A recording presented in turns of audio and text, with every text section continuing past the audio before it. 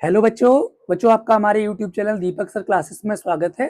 बच्चों आज की क्लास में चैप्टर 5 मिसलिनियस का क्वेश्चन नंबर 11 करेंगे। एक बार क्वेश्चन को रीड करो।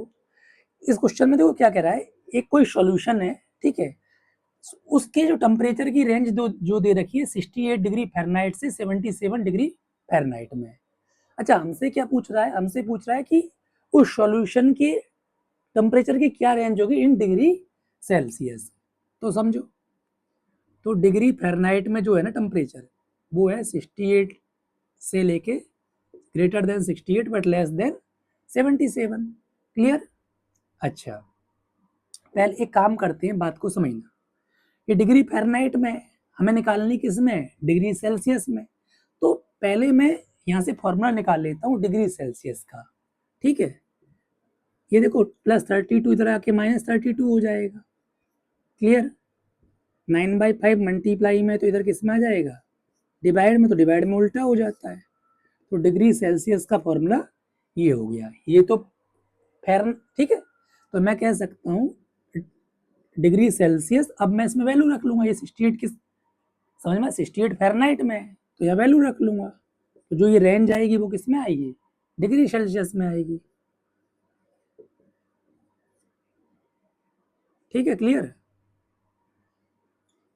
5/9 77 माइनस 32। क्लियर?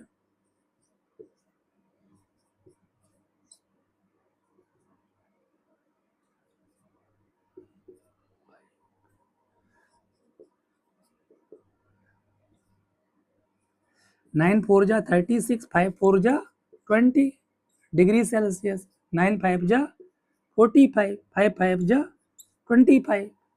ठीक है। तो what is the range of temperature in degree Celsius पूछा था। तो therefore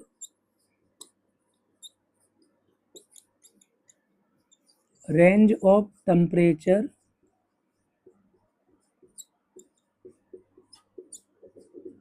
in degree Celsius is